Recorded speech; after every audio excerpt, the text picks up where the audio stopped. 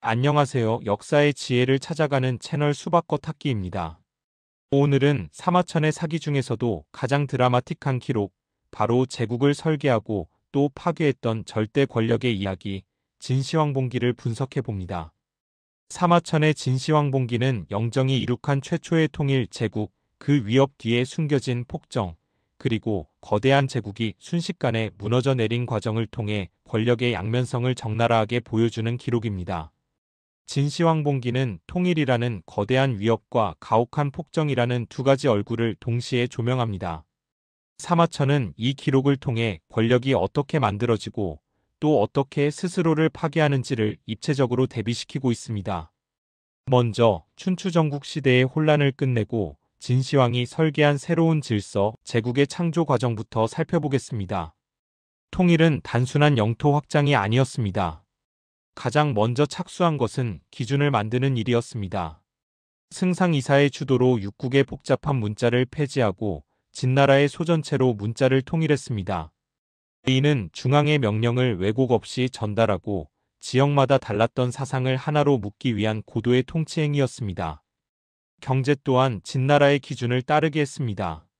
각양각색이었던 화폐를 폐지하고 황금과 원형 동전으로 통일했으며 길이, 부피, 무게를 재는 도량형을 표준화했습니다. 진나라의 기준이 곧 천하의 기준이 된 것입니다. 물리적인 통합도 이루어졌습니다. 수레바퀴의 폭을 6척으로 통일한 거동계 정책입니다.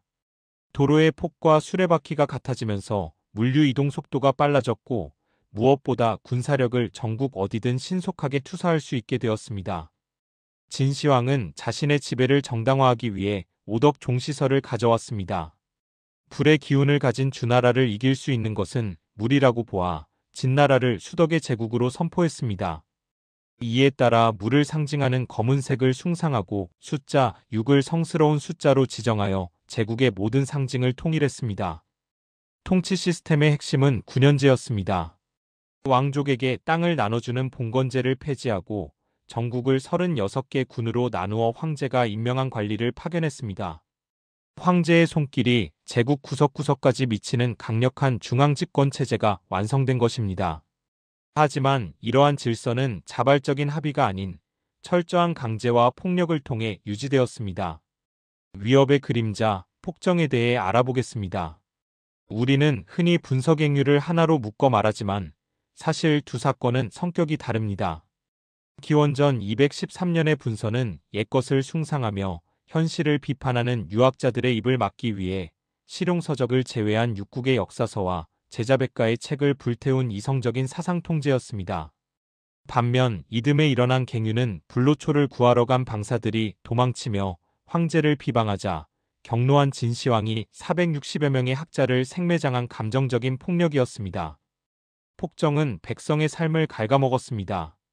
즉위 초부터 36년간 70만 명의 죄수를 동원해 자신의 무덤인 여산릉을 만들었고 기존 궁궐이 찼다는 이유로 70만 명을 또 동원해 거대한 아방궁을 지었습니다. 백성들은 끝없는 노역에 시달려야 했습니다. 진나라가 15년 만에 멸망한 원인은 무엇일까요? 바로 전쟁 엔진을 끄지 않았기 때문입니다. 통일 이후에는 덕으로 다스려야 했지만 진나라는 여전히 군사적 통제와 가혹한 법만을 앞세웠습니다. 결국 과열된 기계가 폭발하듯 제국은 내부에서 터져버렸습니다. 진시황봉기는 권력의 속성을 꿰뚫는 중요한 고사성어들의 유래가 되기도 했습니다. 지록이마, 분석행유, 형성량서. 이 세 단어에는 제국의 흥망성쇠가 담겨 있습니다. 가장 유명한 지록이마입니다. 원전에는 위록이마, 즉 사슴을 일컬어 말이라 했다고 기록되어 있습니다. 황관 조고가 이세 황제 호에에게 사슴을 바치며 말이라고 거짓말을 한 사건입니다. 이것은 단순한 거짓말이 아니었습니다. 조고가 신하들을 떠보기 위해 벌인 충성심 테스트였습니다. 진실대로 사슴이라 말한 신하들은 나중에 법을 악용해 모두 숙청당했습니다. 권력자의 말이 객관적 진실보다 우위에 서는 순간 시스템은 붕괴하기 시작했습니다. 앞서 본 분석행위를 다시 정리하자면 분서는 법과 시스템에 의한 차가운 계산이었고 갱유는 황제 개인의 뜨거운 관계였습니다. 시스템과 지배자, 개인이 모두 폭주할 때 어떤 비극이 일어나는지 보여줍니다. 형성량서, 저울로 문서의 무게를 잰다는 뜻입니다. 진시황은 하루에 처리할 문서의 양을 정해놓고 그 무게를 채우지 못하면 쉬지 않았다고 합니다. 이는 황제의 근면함을 보여주기도 하지만 반대로 모든 권한을 황제 혼자 쥐고 놓지 못하는 병적인 통제 욕구와 시스템의 부재를 의미하기도 합니다. 이제 제국을 파국으로 몰고 간 주역들을 만나볼 차례입니다. 역사는 결국 인간의 선택으로 만들어집니다. 운명의 장소 사구. 진시황이 이곳에서 객사하자 황관 조고와 승상이사, 왕자호에는 밀실 모의를 꾸밉니다.